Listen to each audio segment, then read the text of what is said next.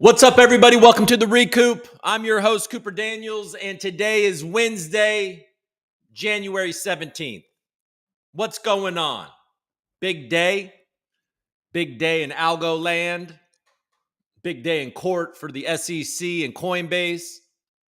Not a big day for Bitcoin price action, continues to go sideways. I have a feeling that all of the grayscale selling is putting some pressure on it. But that'll be over at some point, won't it?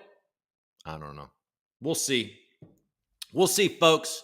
Coop Coin is for the gains and the things you're going to get. Oh, man. I shouldn't say that so freely.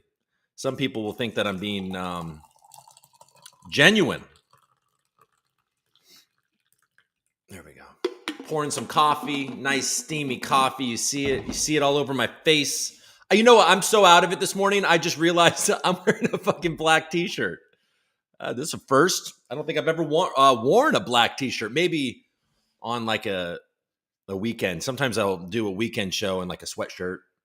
I wore a sweatshirt, I think, when I talked to Crypto for Change hungover on New Year's Day. But usually it's the Hawaiian shirt, and I'm over here in a black t-shirt. That's funny. Oh, well. 2024 is full of surprises. All right. How's the chat doing? Are you guys good? What's up, Animal Style? Did it do? All right. Let's see what we got. What in tarnation? Is it time or not? It's time. I apologize. My wife, as I was walking down, she disappeared and the baby was up there. And she got back up. And I said, I got to go do my show. And she goes, what time are you even doing your show? Are you doing it at 9:30, 10, whenever you want? Like, what is going on? I just walked out, closed that door, didn't respond because I didn't have a good answer, folks. The only good answer is that it starts at 9:30, but I usually start at around 10. The goal is 9:30, I think. Is that a good goal? What do you guys think? Do you like 9:30? Should I just push it? No, because that's good. 9:30 is good. I'm going to stick to the goal. We'll get there. We're finding our way. January 21st is pretty close. May have to delay that if you're a Patreon. If you're a patron of the Patreon, you know why maybe the 21st has got pushed back a little bit. We had a little bit of a oopsies last weekend. If you want to see another first, you think black shirt is fun, check out the Patreon, see what last week was. That was another first on the ReCoop. I feel like I'm finally giving those patrons what they signed up for. And I hope they appreciate it. All right, what in the tarnation? Okay, here we go. This is what happens when the liberals are in charge. Just kidding. I don't vote. Also, just kidding. Okay. Good morning, Fred from GORA NETWORK. How are you doing, sir? Thank you for the support of the show. Thank you for showing up in the comments. Good morning, IRL. I think that we need to have a little mashup here where I come on your show, you come on mine. We'll do that soon. Captain Stryker, how are you, man? Good morning. And good morning to the rest of you. Captain Stryker is giving a hearty GM to all the folks in the chat. What's wrong with me? Oh, my God. I've been sending text messages, folks. I send text messages back to friends. I don't know if you guys reply to your friends on text messages, but on occasion I do. I am probably one of the worst human beings at text messages. I feel like I keep people at an arm's distance because of my terrible texting response times. But I do respond, and I'm replying to friends asking about crypto. It's back. It's in the minds. The smart minds are like, wait a second. This feels like a moment not at the top. This feels like a moment where I might actually get in before the top. I think they might be right about that. So we're in a new phase of this terrible, because any of you mentally diseased people that have been sticking around and active for the last year or 2 years, you guys earned it. You've been accumulating. You've been living you've been eating top ramen. You've been doing all sorts of morally compromising things in order to stay afloat so you can hold on to your coins, your tokens. You've been staking them, losing from impermanent loss, taking it on the chin, thinking you're gaining something because a little rewards thing says you're gaining something, but then impermanently your money's disappearing. Folks, you assholes are prepared. These new people are coming in and they're getting it on the other side. So I do hope, by the way, that you guys have been accumulating. Like, I hope that you bought algo at 9 cents. I hope you bought Bitcoin at 17,000. I hope that you were picking up ADA at 25 cents. I didn't. But I hope you did. I hope you did.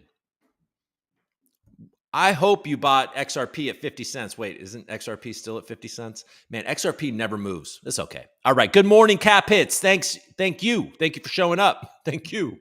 Triep, good morning to you. Everyday Algonaut. Ludo, what's up? Good morning. Algorand to the moon.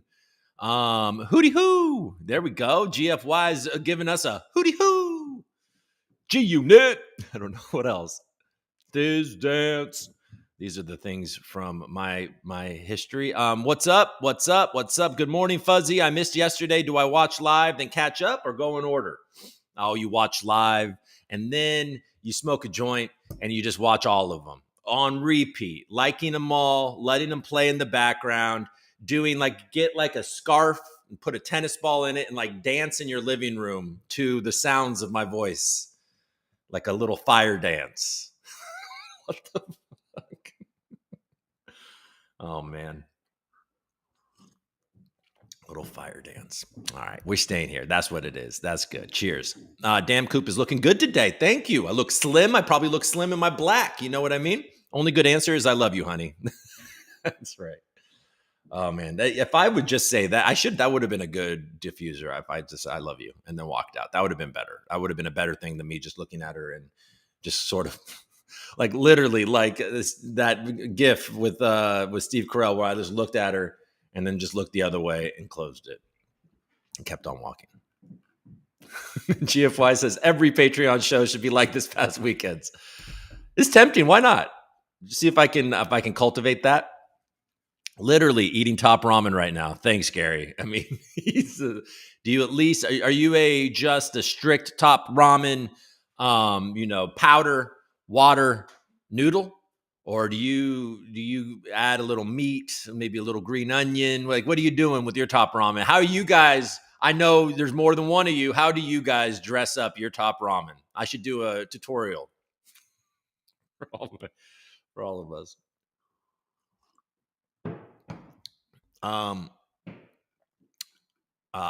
World Renowned says I bought algo at 19 or 9 cents, and that's a good thing. Not much, but I did. You made it. Yeah, I did too. And it wasn't much. I did too. True story right now. Have you ever tried it? Hi. Looking for my dancing shoes. I like that commercial that sells noodles. Clean ramen only. He does it.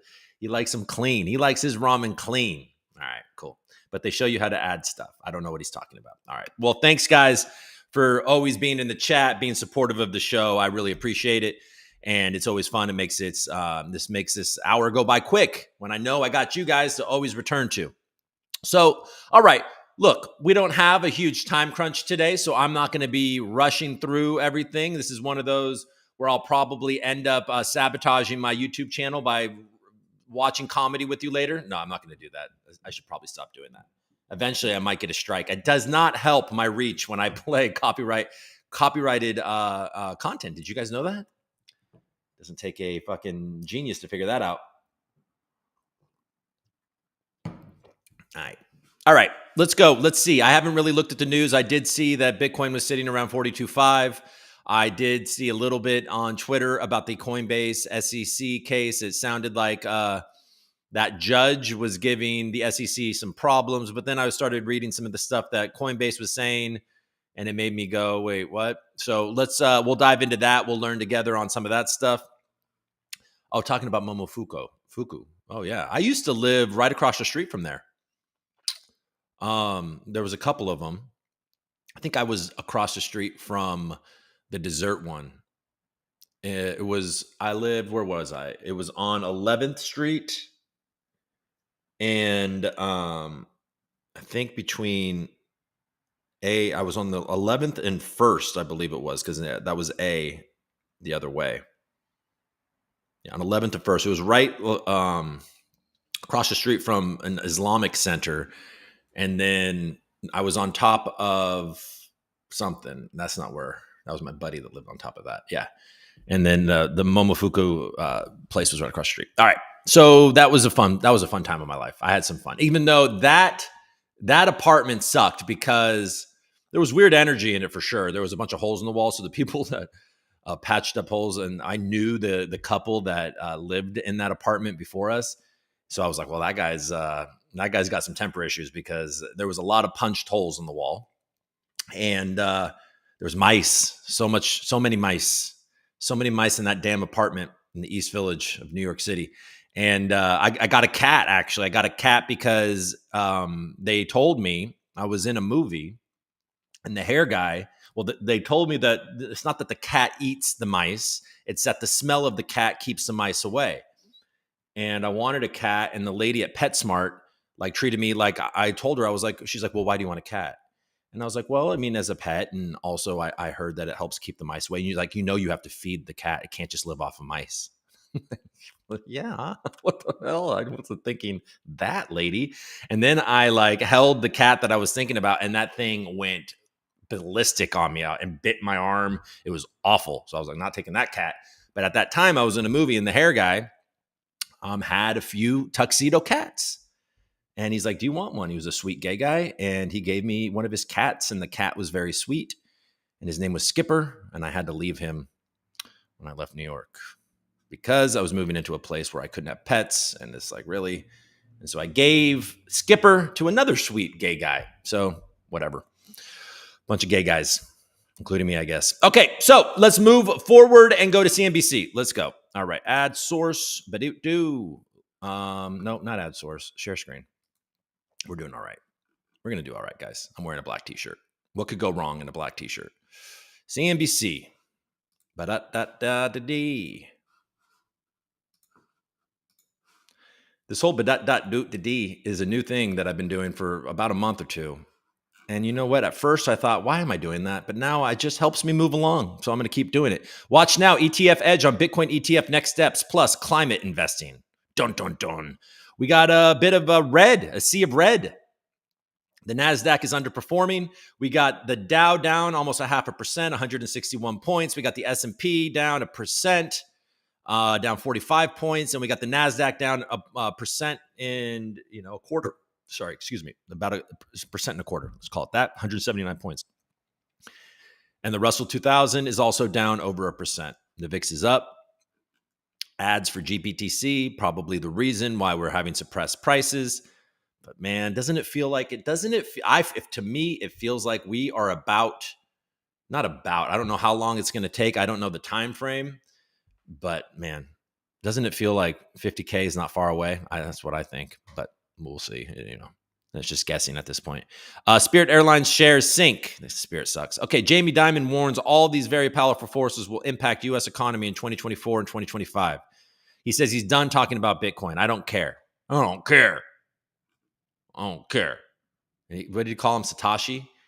Why can't any of these idiots pronounce the name Satoshi? Why did they get Satoshi? I was just, well, what about Satoshi? Saratoshi. These people are so annoying. It's okay though, Jamie. You basically run the world, so we're gonna have to forgive you. All right, the 10-year Treasury yield hits 5-week high after strong retail sales data. So the economy is not cooling. I think over the weekend, England, was it? I'm also surprised to the upside on inflation. Inflation isn't a straight down type of thing, folks.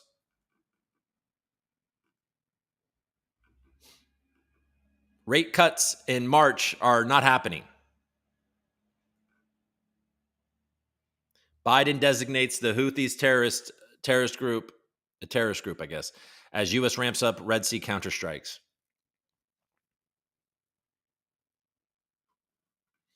Western world is in danger. Argentina's Trump-admiring leader urges Davos to reject socialism. Why do they include Trump-admiring?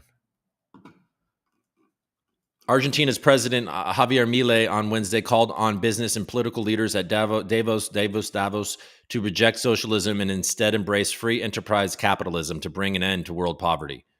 Today, I'm here to tell you that the Western world is in danger. There he is. Look at him. He looks like he's out of some like weird British comedy.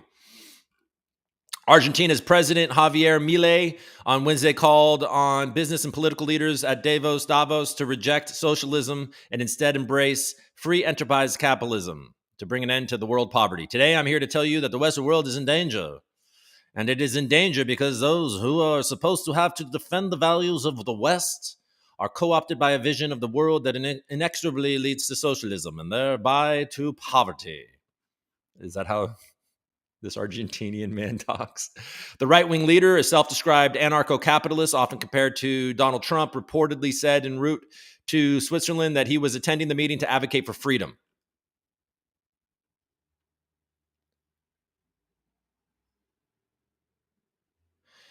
World Economic Forum founder Klaus Schwab introduced Milei to the stage in Davos by saying his more radical methods had introduced a new spirit to Argentina. The main leaders of the Western world have abandoned the model of freedom for different versions of what we call collectivism. We're here to tell you that collectivist experiments are never the solution to the problems that afflict the citizens of the world. Rather, they are the root cause. Do believe me, no one is better placed than us Argentines to testify to these 2 points. I mean, I believe in freedom and capitalism as well, sir. So let's go. I think socialism does lead to not excellence, the opposite of excellence. Okay, but I'm not going to talk too much about all that crap. But all right, CNBC, you have, was I even sharing that? Thank God. Okay, Bloomberg, still haven't subscribed. I will do this soon, but let's just see what Bloomy is talking about. Let's see do you think Mike just types all this stuff out himself? Is that how this works? Markets want rate cuts faster and sooner, but Fed is pushing back. It's not happening, markets. That's why it's probably going down, is that the markets are realizing, okay, this is probably not happening. Bankers at Davos add to chorus of caution on interest rate cuts. Wall Street dials back Fed wagers after solid data. U.S. retail sales rise by most in 3 months to cap holidays.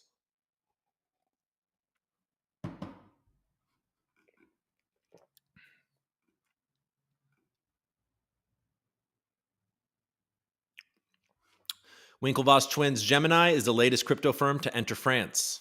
Oui, oui. Badoot. All right, DeSantis Super PAC lays off staff before New Hampshire primary.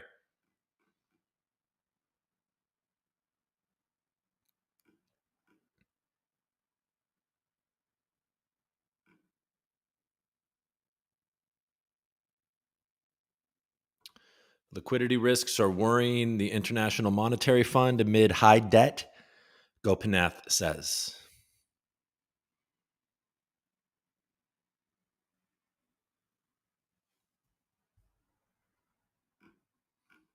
All right. Stories for me. What you got? Okay, we already read that. A huge crypto bet spawns the world's top performing ESG fund.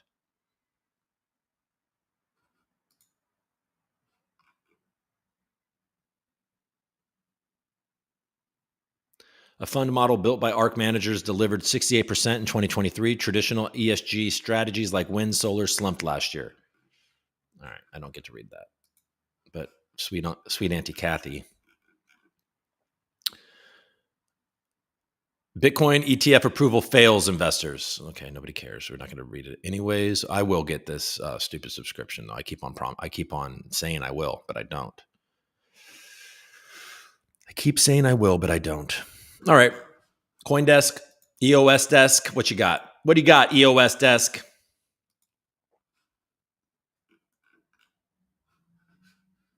Peter Thiel, Coin Thiel. Bitcoin and Ethereum lead altcoins higher in 2024. This is probably music to most of your ears.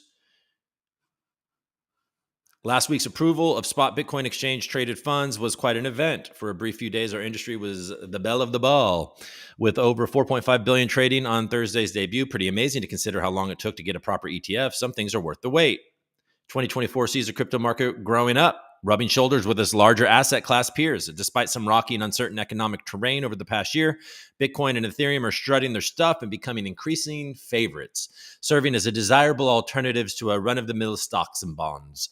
Asset allocators are taking note of 2023's performance, which means demand for Bitcoin and Ethereum is on the rise.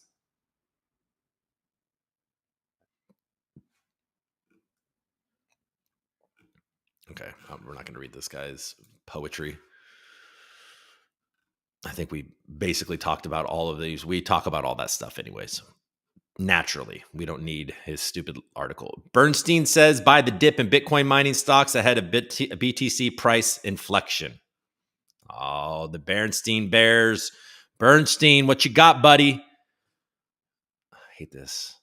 Nobody wants your stupid GBTC ETF with your 1.5% fees. Nobody's buying your stupid fees. If you are out there and you are thinking, okay, maybe I'll jump into Bitcoin spot ETFs, don't buy the grayscale one, because if you're just looking at the assets if you're looking at the Bitcoin they hold and you just see, whoa, it's the biggest, it's certainly the biggest. It's also got the highest fees. There's no reason for you to buy the grayscale ETF. Buy the ARK one, buy the Fidelity one, buy the Van Eck one, buy the whatever, the more Bitwise, whatever the ones. Bitwise? Did I get that right? I just kept on talking. The WAGMI one, WGMI, more crypto native. Don't buy the GBTC one, even though they were hugely critical in getting these passed through their lawsuit, through the pain of their lawsuit. The fees are really high. And if you're going to just let it sit there as a long-term holding, that's going to eat into your return.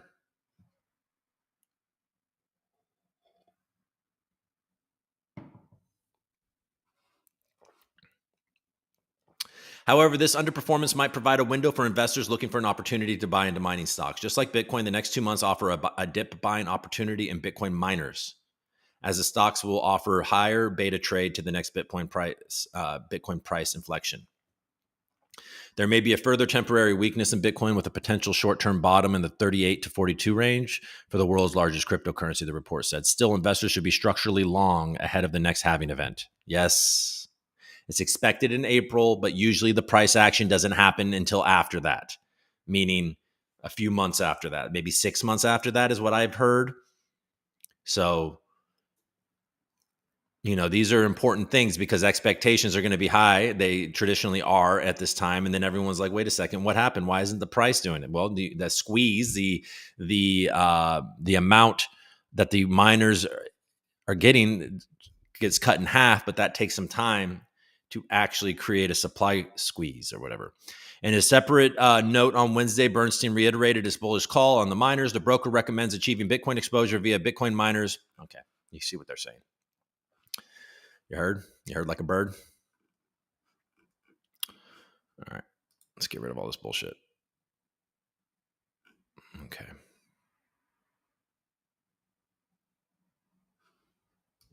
Nobody's talking about this anymore. There they are. Elizabeth Warren's pals. There they are. How well do you guys know Elizabeth Warren and Gary Gensler, Barbara and Joe? We all know that old John Ray III, the new CEO of FTX, is going to make all of those people whole. And then in court, when old Sammy B is getting sentenced, the judge is all of a sudden going to be like, well, they all got made whole. You heard me? So, I mean, how bad, this is what he will say, you heard me. And he'll be like, well, how bad was this crime? Was it that bad if everybody was made whole? Old Johnny Ray was able to pump the Solana price so high and make everybody whole again. So I'm going to give you 5 years, Sam. I hope you learned your lesson. And then Barbara and Joe will cry lamenting their son's 5 years in jail. And then Sam Bankman-Fried is going to get a face tattoo, work out in jail, and he's going to pull way hotter chicks with all the billions he's got stored than that old Caroline Ellison. He's going to be like, you know what, Caroline, you threw me under the bus. I'm coming out of prison jacked, and I'm going to get hoes.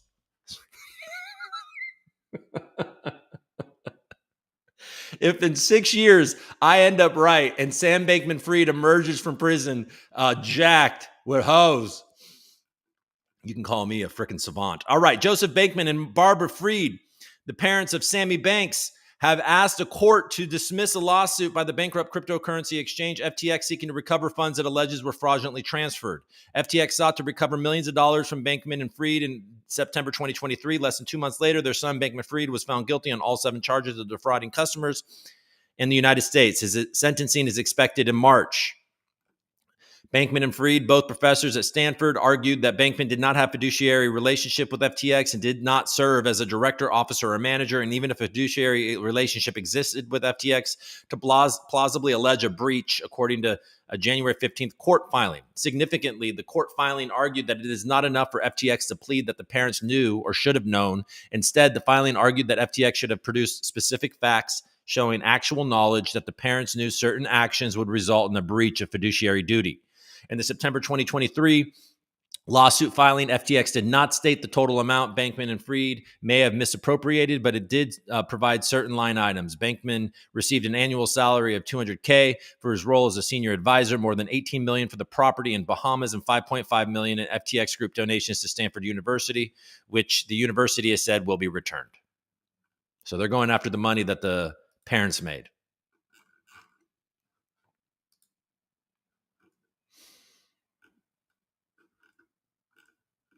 MetaMask secret project could shake up how Ethereum works. All right. I think we've spent enough time on EOS desk. Let's go to the block real quick. Soul block. The Soul block. Where if you click on this and own a Phantom wallet, it will open up your Phantom wallet. All right. Dormant Bitcoin worth $2 billion moves just days after spot Bitcoin ETFs start trading. Oh, a little bit of FUD for your little brains, not little brains, big brains. Little FUD for your big brains. Nearly 50,000 dormant BTC woke up not even a week after spot Bitcoin ETFs were approved. Thousands of Bitcoin tokens, which have only moved twice in the last 11 years, appear to have woken up. The crypto tracker Arkham Intelligence spotted the change, stating that 49 addresses consolidated into 5 and now hold a cumulative nearly 50,000 Bitcoin, around 2.12 billion. The last 2 times the Bitcoin moved was in 2019 and 2013. 2 billion of dormant Bitcoin moved just before U.S. market opened today across several linked addresses. Historically, these Bitcoins have all moved at the same times and dates. The movement of the dormant Bitcoin comes nearly a week after the approval of 11 spot Bitcoin exchange-traded funds on January 10th, which began trading on stock exchanges such as CBOE, NYSE, and NASDAQ. Bitcoin was trading at around 42.56. I guess that's what that says, down around 0.9% at 10:30 a.m. for your pleasure.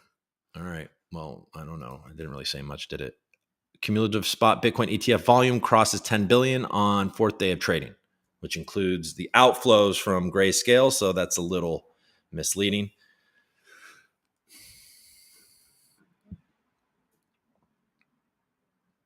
Gemini going to France. We read that on Bloomberg. Okay, this is interesting. Judge grills the SEC with pointed questions as Coinbase hearing begins.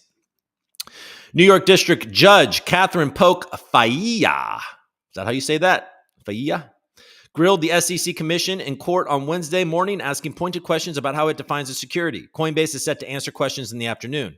The SEC sued Coinbase in June for not operating as an unregistered exchange, broker, and clearing agency, and said several of the tokens on its exchange were securities.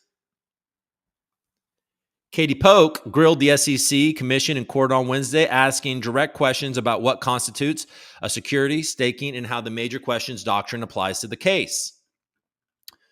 Coinbase was sued by the regulator in June for allegedly operating as an unregistered exchange, broker, and clearing agency. Coinbase has pushed back on those claims, arguing for the case to be dismissed and accusing the regulator of taking a regulation by enforcement approach. From its June complaint, the SEC has said tokens including Sol, ADA, Matic, Filecoin, Sandbox, AXS, Chiliz, Flow, ICP, Near, VGX, Dash, and Nexo were securities. Thanks for not saying. Was Algo left out of the Coinbase one? I know it was mentioned in the Binance one, but was it left out of the Coinbase one? I thought it wasn't, but maybe they just left it out. I don't know.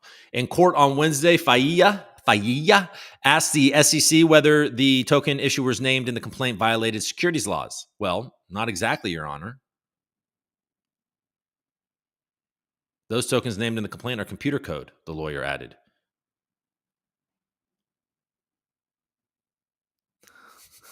Oh, shit. How good is that? Interesting. In court on Wednesday, Faya asked the SEC whether the token issuers named in the complaint violated securities laws. Well, not exactly, Your Honor, the agency's lawyer said. Those tokens named in the complaint are computer code, the lawyer added. I'm smiling, sir, because that's kind of what your friends at the back table are saying, and they're wondering why we're here.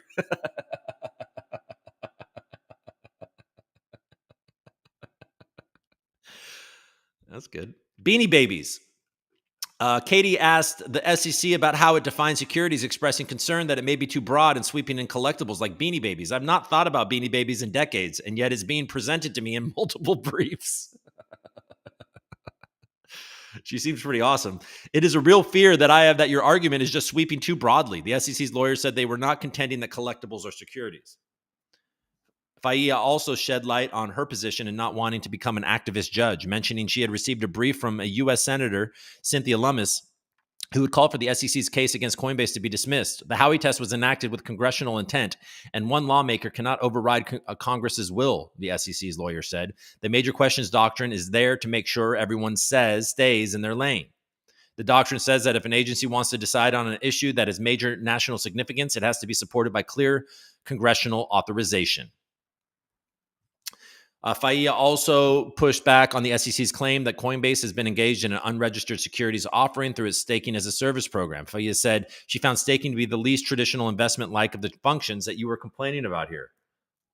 Is now questioning Coinbase. If the judge denies Coinbase's motion, which is likely, then it goes to discovery. At the end of discovery, both the SEC and Coinbase could bring a motion for summary judgment. If the judge isn't convinced, then it would proceed to trial and be presented to a jury, but that wouldn't likely happen until 2025.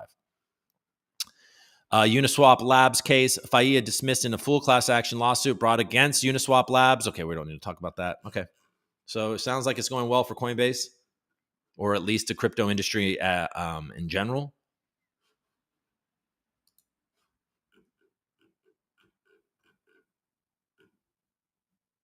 All right. Let's look at prices.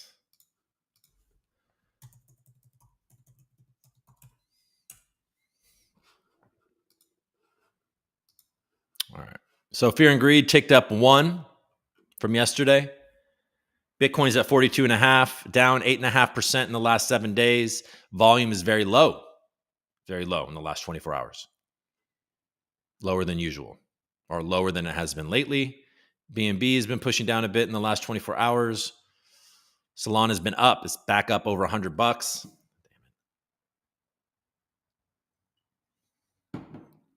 Like I said, XRP right there around 57 cents, been sticking to that. And Cardano's been sitting around 50 cents as well. And number 8, AVAX has got some new life, man. NFTs look good. I'm seeing some nice looking NFTs over there. They seem to be selling out. So maybe it's time for me to stop sleeping on AVAX. Polkadot is at 733.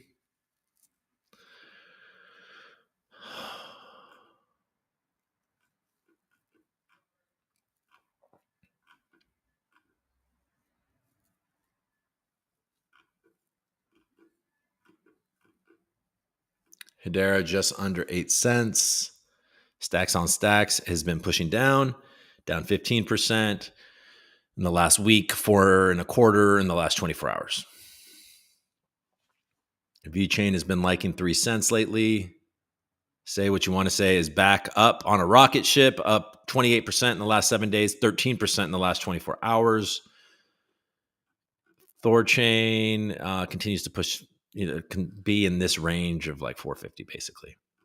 And Algo is at 19 cents, 19.18.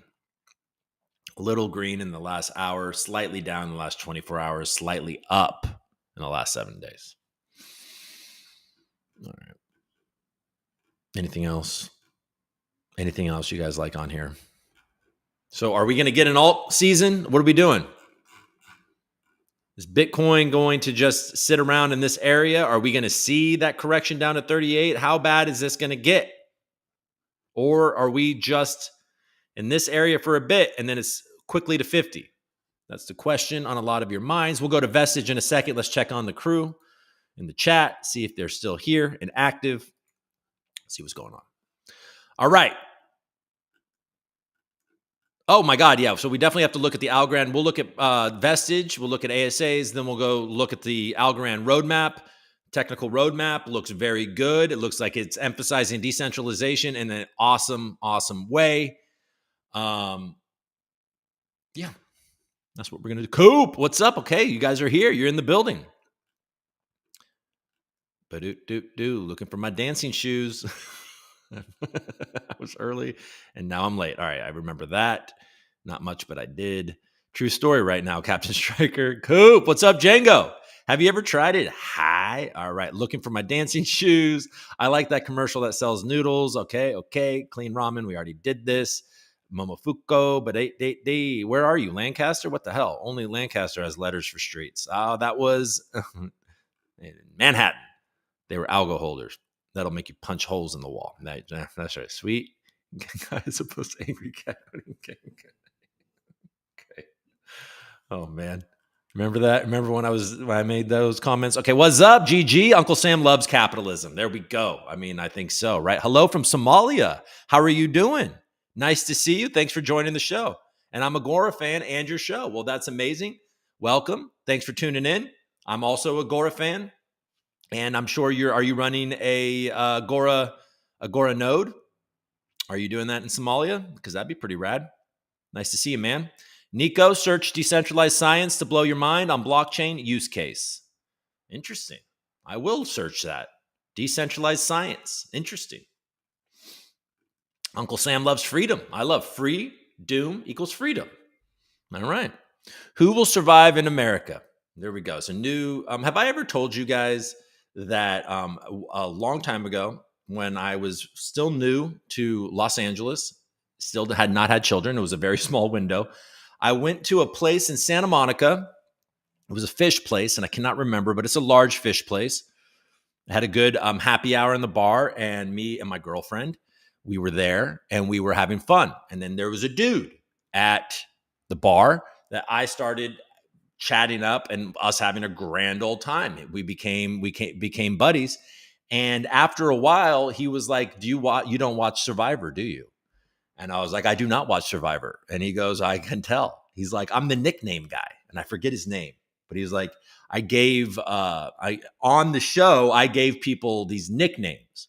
So then this dude, both of us drunk out of our minds, does this whole ceremony that apparently he's done on Survivor. And if you've watched Survivor, then you would know about this. He does this whole ceremony and he dubs me Coop Lion. All right. So any Survivor fans out there that know his name or remember that part of the show, hook me up in the comments. Maybe you can remind me of his name. I can find him. Coop Lion. So there you go. Freedom under strict rules. I beg to differ. Stop. Coop. GM. I don't know what world renowned was disagreeing. Agree to disagree. Stop is what he said. I don't know what I was saying at that moment. But life is love and love is life. You know what I'm saying? When can I join you on your show? You can join me on my show, Chris. I think you should do that soon. I think we should do that soon. Can you do the live? I think you can, right? We'll join live. We'll take questions from the crowd. Hopefully people will heckle you. Get Chris in. He's keen. Let's do it. We'll do it, Chris. I'll hit you up in the DMs and we'll plan it. What sucks with FTX case is that they dropped all the two part of it, of the political payoffs. So there will not be any clawback or have any politicians to give any of the stolen funds given to them. I think many of them voluntarily gave some of that stuff back, right? Oh, maybe World Renown doesn't agree with my conspiracy theory that he's going to get off so easy. It's all a show, GG says. So corrupt. I know, man. Ugh, it is demoralizing for sure. Coop, see Swen in the Chizat. Send him the mic. Let's go. I don't have a brain. I'm a zygote. Sweet. Zygot. Ryan McDonald, USA. Algo Kit 2.0 in February. Hell yeah. Python on Algorand. What's up, Taco? Good morning to the Cooper Troopers, he says. Good morning to the Taco Heads. Is that what you guys call yourself? Taco Meats. You boys like Mexico. Got me a little AVAX man purse. There you go. That's what you got. World renowned walking around with a masculine Coach AVAX purse from all his gains. It's a satchel. It's European. Consensus on the up. Holy crap. Did you meet Philip? Yeah, a middle-aged black. Yeah, Philip. 100%. And he called me Coop Lion, Fuzzy. Absolutely, it was Philip. A middle-aged black dude. That's exactly what he was. No, I think it was Philip. It was Philip. I did. I had a lot of fun with Philip. It was like one of those times. I don't know if any of you have ever gone to a bar or happy hour with a significant other, and then they feel very ignored because you're having so much fun with some guy that you met at the bar. She's fine. She doesn't give a shit. She was out there having fun with them and other people as well. Oh, those were fun days, actually. That dude is hilarious. You should watch his seasons. That's cool. I will. If you can hook me up and figure out, it sounds like you watch, help me out with, I guess I could just look up Philip I can Google Philip Survivor and they'll tell me what seasons. But yeah, he is hilarious. He was fun. All right. Anyways, okay. Let's look at Vestige. Let's look at the Algorand roadmap and then we'll peace out until tomorrow. All right. So let's go to Vestige. We'll go back to here. Vestige, share, back here. Put it back on, click that, and now we're good. All right, Vestige, I'm sharing. Bought some Coop yesterday. I've never bought Coop ever, really. I mean, I have a little bit, I guess, but it was all donated to me. But lately, I've been like, I'm gonna throw some algo in that. It's been stable. I mean, if you look at the chart, I mean, I'm not trying to talk people into buy Coop, I promise, but I'm just saying.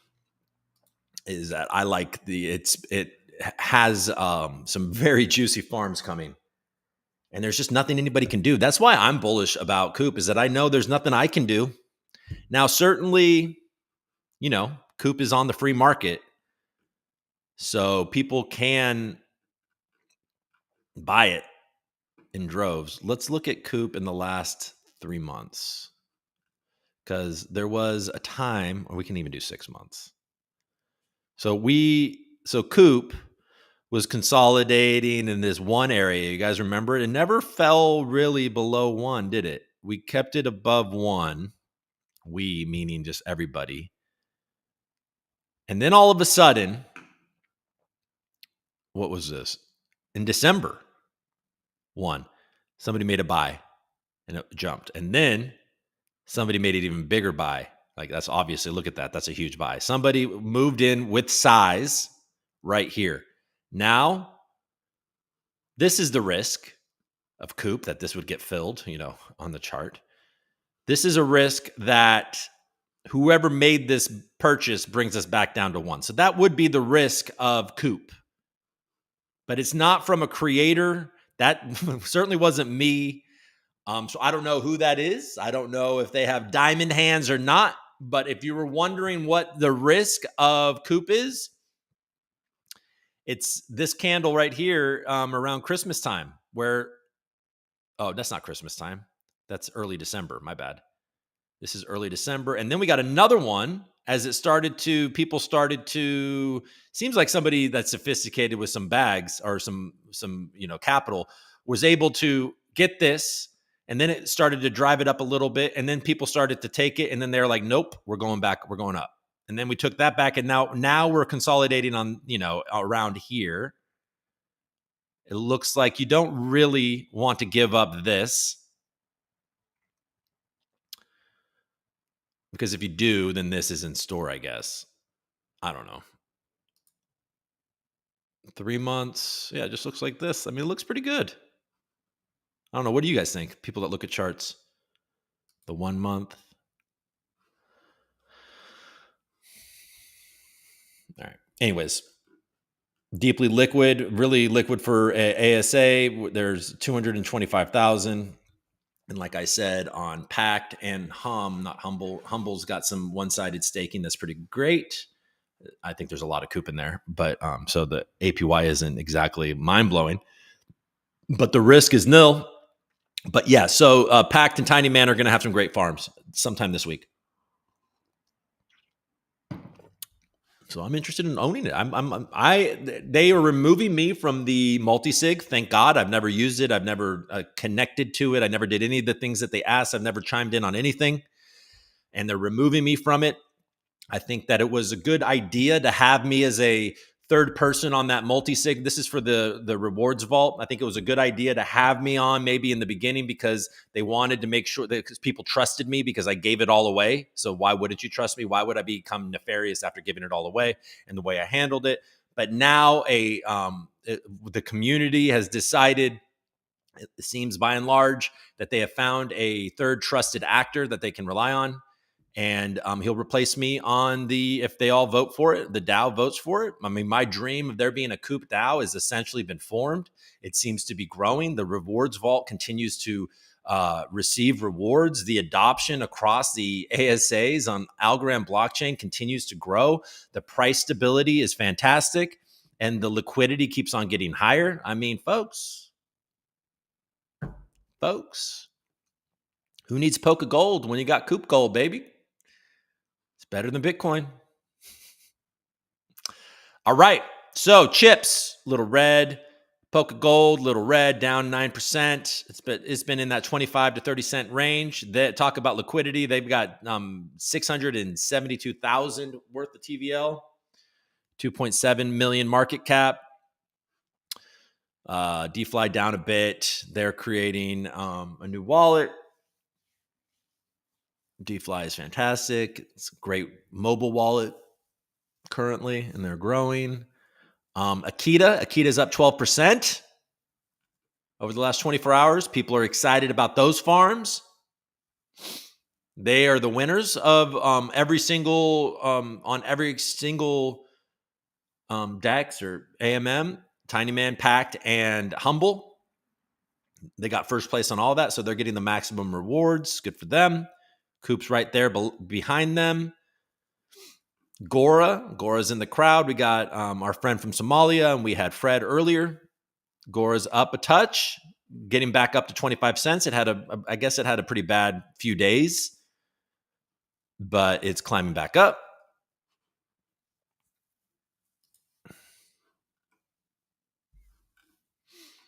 I wonder if the Coop DAO has any ideas for a XGov proposal. That'd be interesting. DeFi night done by Bank on Algorand. It's always fun to see how there's more TVL than actual market cap. There you go. Sus has been a rocket ship. Just keeps on climbing. I don't own any sus. That's pretty sus. Where's my sus? Let's look at Peps, the other one I like. Imperium, another rocket ship, up 10% over the last 24 hours. It's been climbing. Good for Imperium. How's Barbie doing? Barb, up 34%. Talk about a candle. It's a hell of a candle right there. And it doesn't seem to want to stop. All right. You guys ready? Let's go. Let's go to Twitter and let's look at this roadmap.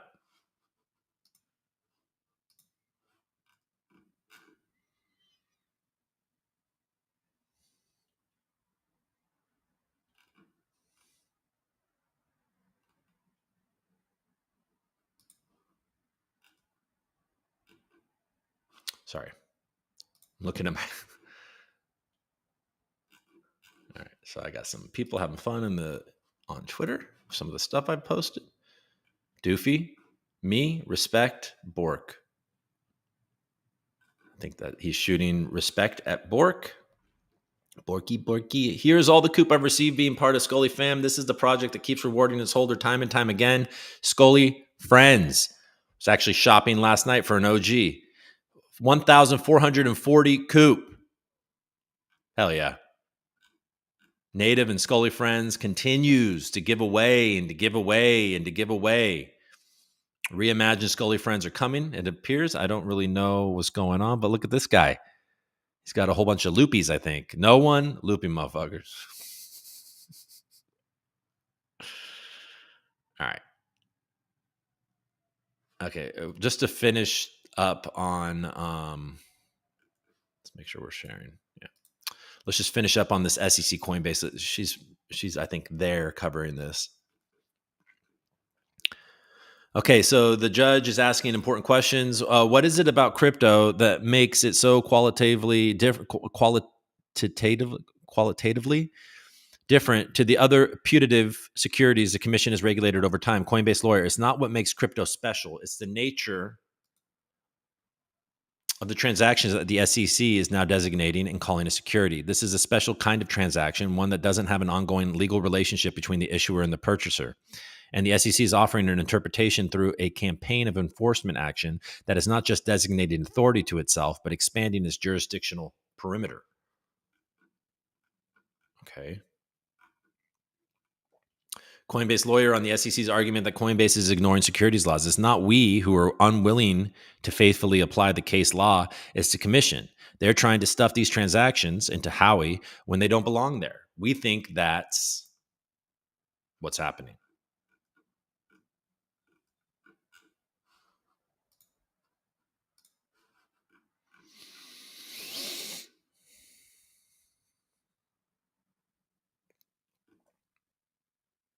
SEC now trying to argue that crypto is not a significant part of the economy for purposes of the major question doctrine. With all due respect to the crypto industry, it does not meet the economic significance test. They are a rounding error. Your size is not size. They say crypto has $1 trillion market cap, but that's global and includes Bitcoin. That's true.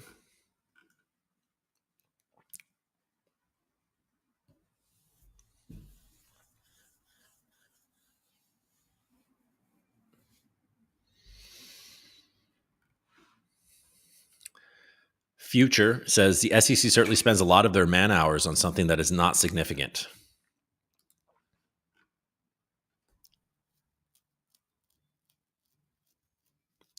Nearly 4 hours into the Coinbase hearing, and I get the feeling that the case may end up going to discovery as facts are being disputed on both sides. But I'll couch that with my fave phrase, I'm not a lawyer, and I'll defer to the actual legal experts. Now on to staking. Faia, are there slides about staking? Coinbase lawyer, you better believe it, Judge. Slides referring to the info being shown on what is presumably a screen the judge can see. Coinbase lawyer just referenced the Uniswap case, which Faia herself presided over and ultimately dismissed in regards to the Coinbase wallet not being responsible for the activities of the third parties it connects to. Again, with the technology isn't responsible for third-party activity argument. Many are anticipating a Coinbase win, but Judge Faia is making it pretty clear that she has not made any decisions. She's asking Coinbase some tough questions as well. Judge Faia is asking Coinbase's lawyer to break down the Terraform decision from Judge Rakoff and the Ripple decision from Judge Torres with regards to investment contracts on the primary and secondary markets, and if there's anything she should be looking for in those decisions.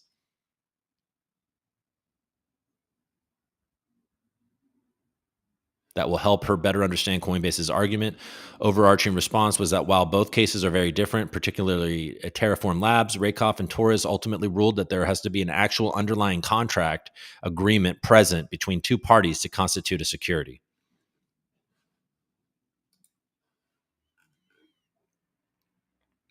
It's not we who are unwilling to faithfully apply the case laws to commission. They're trying to stuff these transactions into Howie. We read that. Wow. Judging you in the case of SEC versus Coinbase Attack Securities Act of 1933 is outdated by quoting pro-Bitcoin Senator Cynthia Loomis' statement that it doesn't allow for new technologies like crypto. We've had a good run, but this is something new. We've had 90 years where these securities laws have been able to apply to these markets, but now we have something new. Okay. Enough. You guys get it. You guys can read all that crap too. Ba-do-do-do. Let's go. All right.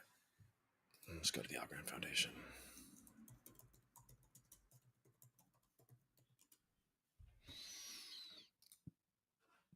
Python on Algorand. All right, checkmate. We open 2024 with the Algorand Gambit. Our technical roadmap for the year. 2024 marks a pivotal moment for Algorand, committed to permissionless blockchain infrastructure while setting new standards in performance and usability.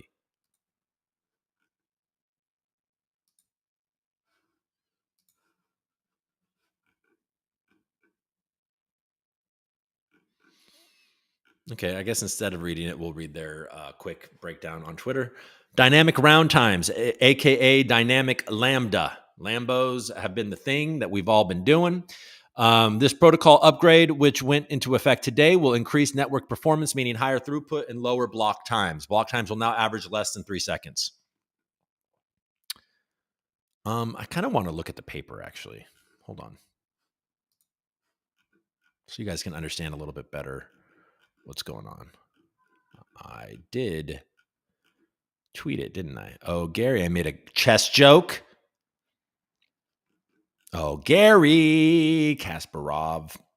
Algorand storming in with the technical roadmap emphasizing accessibility and decentralization. Booyah.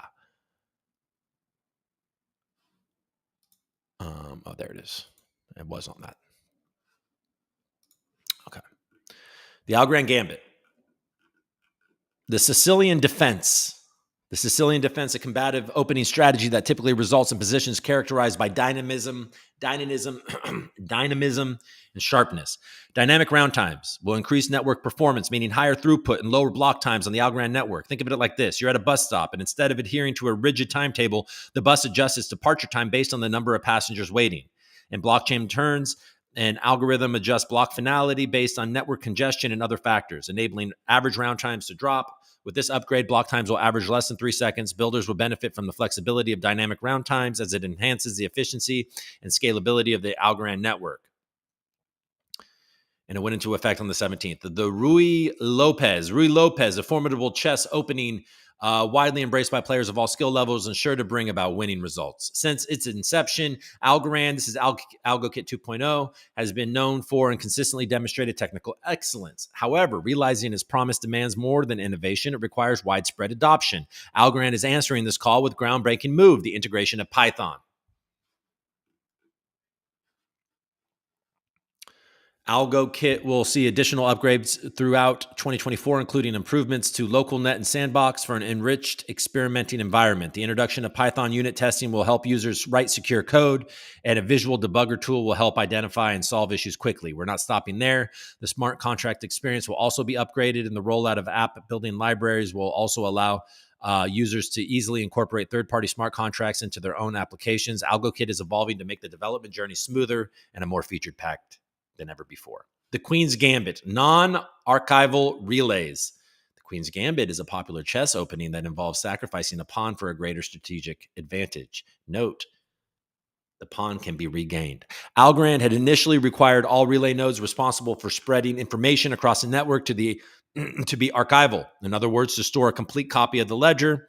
Now they realize only a few of those need to exist, and that relay nodes are going to be able to be so in reality, only some relay nodes need to maintain a full viable copy, and the network topology is being modified to reflect that. Transitioning a higher proportion of relays to non-archival status will not only make the network greener and more efficient, but also significantly reduce the costs associated with running non-archival relays. While these relays will still operate, they will now function as a value-added service, thereby contributing to a more streamlined and environmentally conscious Algorand ecosystem. The RETI Tariti, consensus incentivization, an opening for strategically minded players renowned for its reliability and effectiveness, especially in long-term position battles. Algorand is inherently designed for decentralization. This year, in the first significant upgrade to its consensus mechanism since inception, Algorand will now directly incentivize that participation. That is, Algorand will soon change the layer one behavior to reward block producers. The impact of incentivizing consensus is that it will drive a surge in the amount of algo being staked and increase the number of consensus nodes in the network, thereby increasing network security and decentralization. A portion of the consensus incentives will come from transaction fees, but in the short to medium term, the Algorand Foundation will also contribute funds to boost the incentive reward amounts. Over time, as adoption of Algorand grows and modifications to the fee structure are implemented, transaction fees will become more meaningful and should be able to sustain the security of the network on its own. Bam. Since the beginning of me paying attention to Algorand, that was always a major question. And look at them. They're actually solving the issue. The Capablanca variation, peer-to-peer gossip network.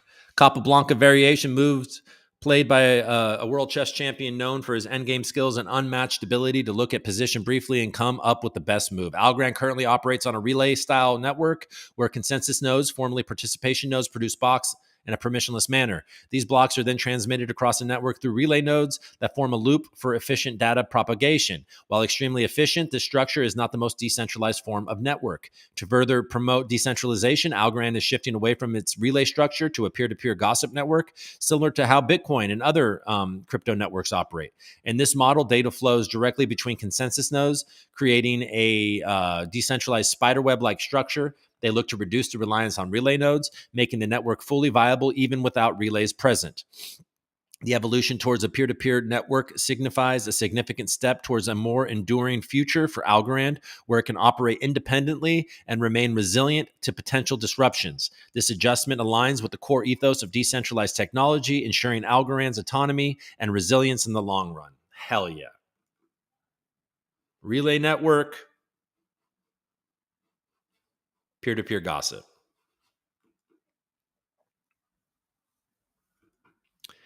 And they're going to introduce more languages on top of Python, and they're going to do lots of cool shit. I mean, guys, this is everything that I've always wanted, and it continues to do it. Algorand continues to do the thing that I wanted it to do. I've always wanted it to do is to solve the blockchain trilemma, to not be able to have a Gary come in and shut them down. They admitted in court that they aren't going after the issuers of these tokens because it's computer code. Their Algorand looks like it's going to be fine over here, and then even if it isn't, it's working in a way, it's moving towards a way to be completely self-reliant and permissionless and censorship resistant. So good on everybody for being the make it happen captains.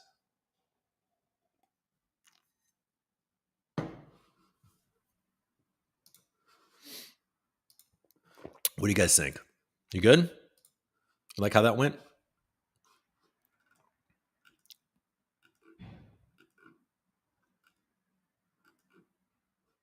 Cool. That dude is hilarious. You should watch his seasons. Laughing my ass off. Marine, how is this chart not Coopified? My guess as who is the biggest Coop holder. Marine has 315K Coop. Worth about 315K? That's not so bad. 10 grand?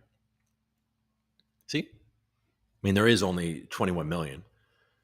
But we got a Marine, man. How you got it? You can trust a Marine, right? Give it away now. Algo rocks NFTs. Yes, magical mayhem. XBacked now has mALGO as an asset to be used for collateral, and they said they're bringing KoopCoin too. That's awesome. I love it. They didn't cower. They didn't cower to the crowd like punk ass Folks Finance. I'm just kidding. Folks Finance does a lot of great things for the Algorand community. I'm joking. I feel like I can tease those guys because I feel friendly with those guys. I like Ben and I like Ibu. I like those guys. So I feel like I can jab at them and they don't take it personally. But yeah, an mALGO as an asset to be used for collateral. Yeah, they announced that. That's fantastic. More use cases for mALGO is only going to help mALGO grow. And like I say over and over again, while I am very supportive of Folks Finance, I think competition will make everybody better. So I'm glad to see it. We got the red hot chili peppers in here. Wonder what Justin Bonds thinks about Capablanca.algo peer-to-peer approach. I think you guys are probably already asking him, aren't you? I don't even need to look. Bet you guys are already asking him. And I bet you his response is, oh, well, that looks promising. When it happens, I'll pay attention.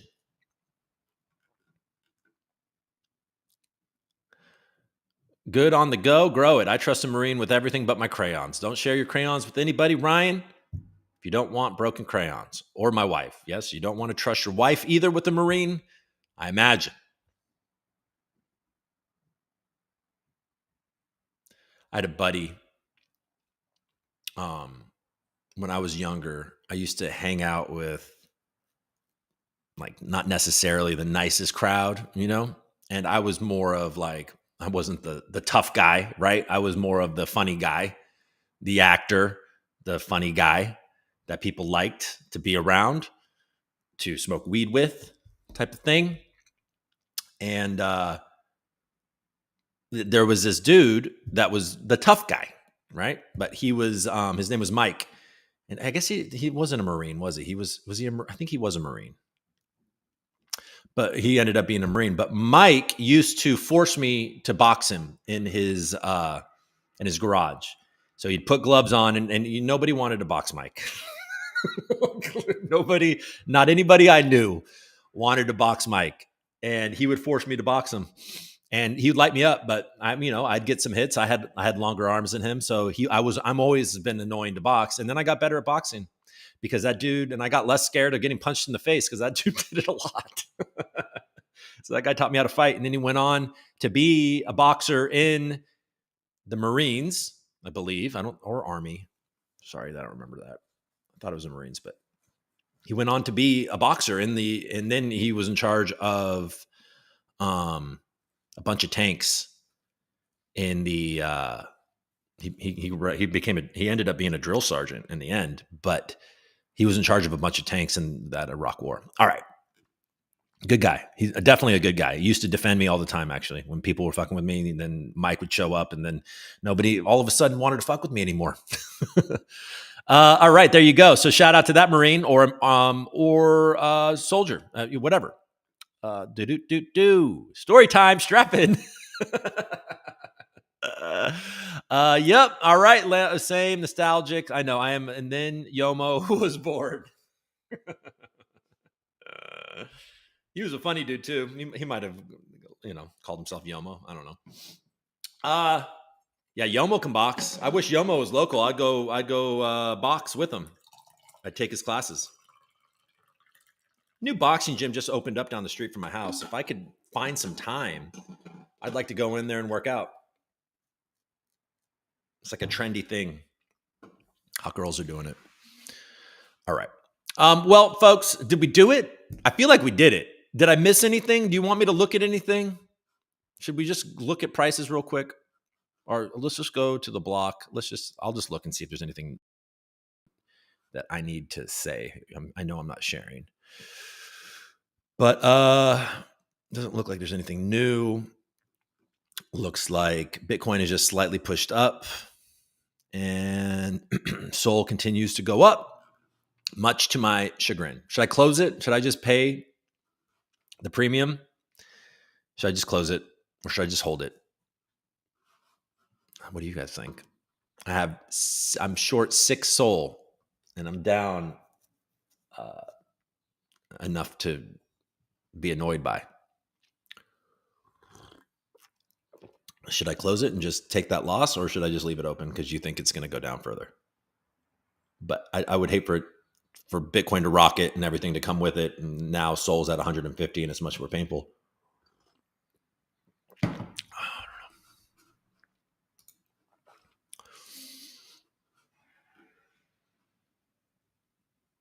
All right. Can't you do the reader view to see it for free? Are you talking about Bloomberg? Is that what you're talking about? All right, guys. Hey, thanks for tuning in. Thanks for joining me. I know that certainly if you ask my wife, that the start time is annoyingly not consistent. I appreciate you guys are still showing up. and you just, I guess, wait on the notifications. I actually, last night when I got back from what I was doing, I set up the remainder of the week's shows for 10 a.m. my time, so which would be 1 p.m. Eastern, rather than the regular time of 12:30. So I guess for the rest of this week, I'm going to stick with 10 a.m. But eventually, the long-term goal is a 12:30 a.m. or p.m. Eastern start. Oh my God, can't even talk. What did he say? Just hodl that shit. All right, just hodl that. Paywall issues. Yes. Yeah, the read review. I mean, all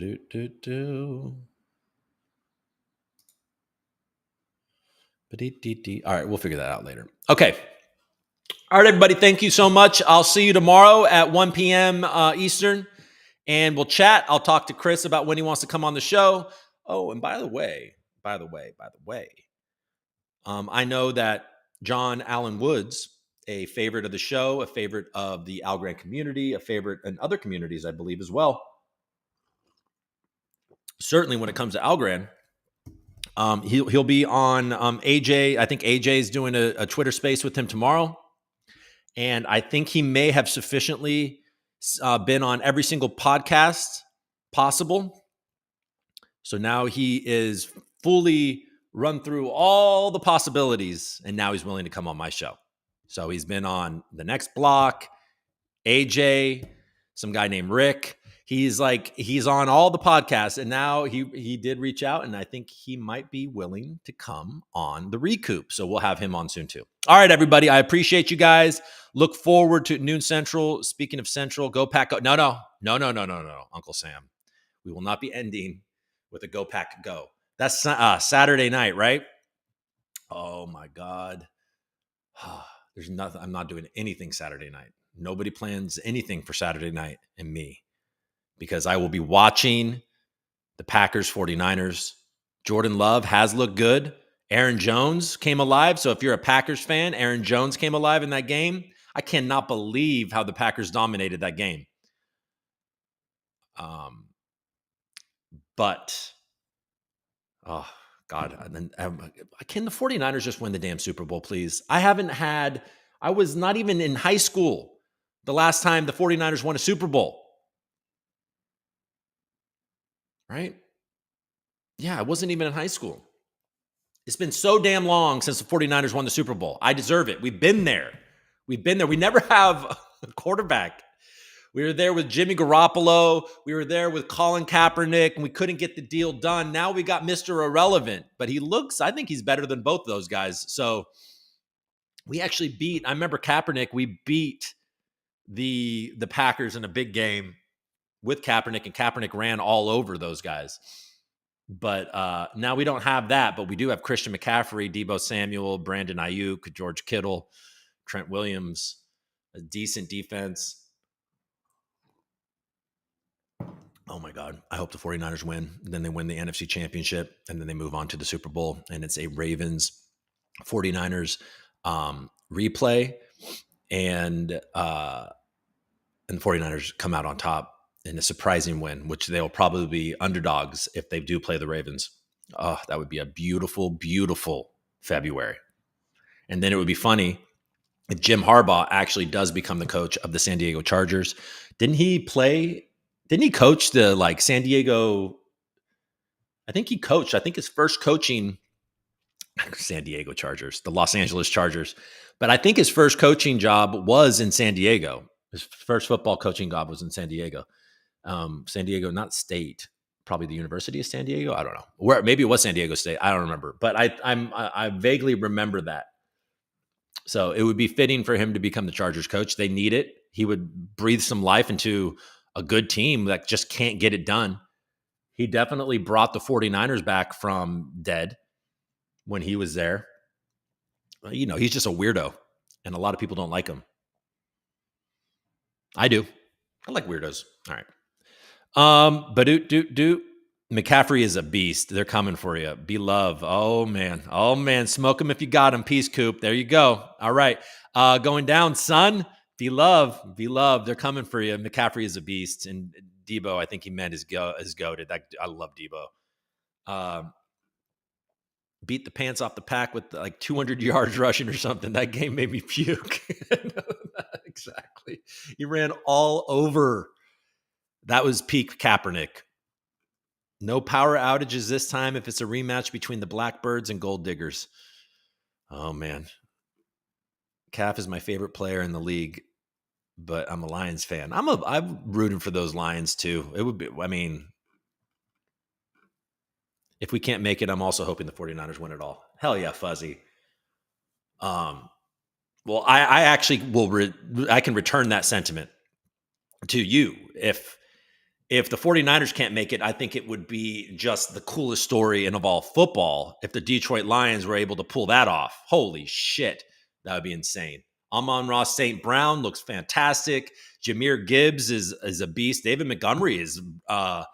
I had Gibbs on my fantasy team, so every time Montgomery would get all those touchdowns, I was pissed. But now that the leagues are over, and I'm just watching David Montgomery from a fan's eyes, and he's playing good ball. And Jared Goff is playing all right. I think they have what's his name? Aiden Hutchinson and some other guys, and their crazy coach. So that team's definitely, I was rooting for them by a long, I was rooting for them over the Rams by a long shot. And so, yeah, I enjoyed the Lions. Barry Sanders, absolutely. Whiskey and beer and then bed. Good night. Animal style, enjoy your whiskey and a beer and then bed. That sounds fantastic. Whiskey and beer. Oh, that sounds so good. Oh my God. What's the whiskey? What are you drinking? Any whiskey would be fine. Oh, like a bullet rye. I like rye and scotch. I like rye and scotch, really. Jack. Sorry, guys. You guys like Jack? I like rye, like Templeton. I used to get old. What did I used to get? Back to my basically living on my own East Village days, which I wasn't, but she was just gone all the time. With another man. No, I'm just kidding. I don't think so. But I never found out if she did. But she was gone a lot, so I would drink by myself with my cat. But I used to go to this like discount wine store or whatever in the East Village. I forget what it was called, the discount warehouse. And I would get bottles of like, you get 2 bottles of Old Rittenhouse, I think it was. Old Rittenhouse. And then I would go to Trader Joe's and I'd buy cheap beer. And then I'd go home and drink Old Rittenhouse and cheap beer. Maybe have a friend over. Have some fun. All right. Red Bull gives you wings. Balvenie. Okay, there you go. Some scotch. I like Balvenie. Right? That's scotch, right? I didn't make myself just look stupid, did I? I do that enough. Yeah, scotch. Red Bull gives you wings. Moonshine gives you a 4-wheel drive. Crawls on all 4s after taking a shot. Been there. Yep, it is. What else do I got to say? Templeton Rye is okay too. A little more expensive than Old Rittenhouse. But those days, oh man, okay. Now I'm feeling nostalgic. There was a halal little truck. And I don't know if any of you live in Manhattan anymore. Does anybody live in Manhattan anymore? I bet you they do. But I had like a whole thing and I loved it. I would have a long day. I would do whatever I was doing. I'd feel productive. I was a member of the Actors Studio. I'd go there, do a scene, feel emotionally vulnerable. I'd have auditions or God forbid, a job, an acting job. And then when I didn't have anything to do the next day, often I would stop at Trader Joe's. I'd get my beer.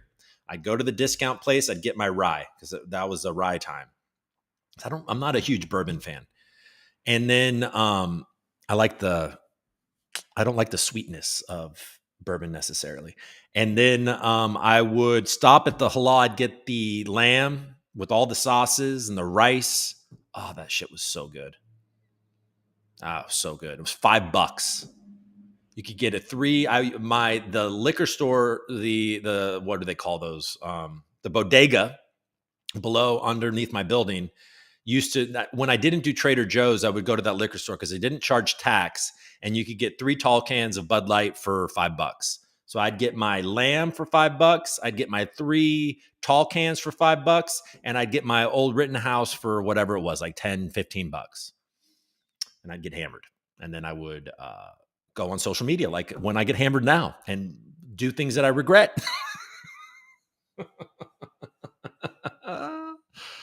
Oh boy. Well, at least I'm changing a little bit. But I'm sure if you look at some of my tweets over the holidays, there was a flavor to them. All right, folks. Hey, thanks for listening to me ramble on. Who cares? Dry rye and a shooter mustard glass. Classy. Thanks, man. Story time. Milwaukee's best ice. Milwaukee ice. Holy crap. Then you got to go even you go further back. I mean, old Milwaukee or whatever, sometimes wasn't a huge fan, but the ice, I know what you're saying. That was like a 5 or 6%. I remember Natty Ice. I definitely drank some Natty Ice. That was disgusting, but I would drink it. In the 40s. I thought I had a story, but I don't. I do have a story. There was one time, me and I was in high school, and we all cut class. I think I was probably a senior or something. We all cut class. And my buddy's dad worked during the day, and his mom was not. He just lived with his dad. And so we all went over to his house because we had until like 6 o'clock until his dad would come home. And they went out to go get some booze, and they had Goldschlager. We had Goldschlager at the house.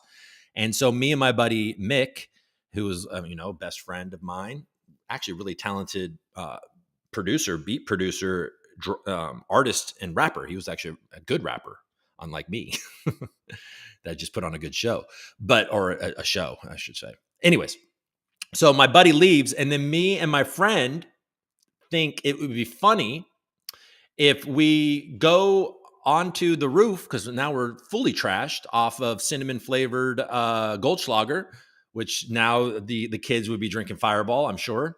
But we go onto the roof on top of the garage, and we're in just boxers. These are the times when I actually wore loose boxers. So me and my buddy are in just boxers. We bring up newspapers, and we're pretending to read the newspaper on the roof of this dude's house, drinking Goldschlager out of the bottle, so when he drives up, he can see us. And this guy lost his damn mind because he's like, my fucking neighbors are going to see you, and they're going to tell my dad that we didn't go to school. He's got so mad. So he's screaming at us to get off of the roof, and then I fell off the roof. All right, folks. Hey, I didn't hurt myself, but that day did end poorly. I remember because I kept on drinking that Goldschlager, and I did not hold that well. All right. Story time's over, folks. All right. Hey, everybody, thank you for tuning in. Thanks for hanging out until the end. The whatever 20 or so of you that did. And I'll see you tomorrow at 1 p.m. Eastern. I'll reach out to Chris. We'll see when he wants to come on. We'll talk all things Voy, Algorand, the news, and all the things when he does come on. And yeah, I appreciate you guys. Thank you very much. Peace. What do we got here? Four Locos. I remember Four Locos, by the way. Dry rye and a shooter. Yeah. Four Locos F the world. Schlitz, Blatz, old style PBR. And there was in the East Village, there was a place where you could get shots of whiskey and a PBR for like $3, and they came with free pizza. That place was awesome. I'm from Wisconsin. What can I say? You got all those beers. Laughing my ass off. Thanks for that. See ya. Have a good one. It's all love. All right, everybody. I'll see you.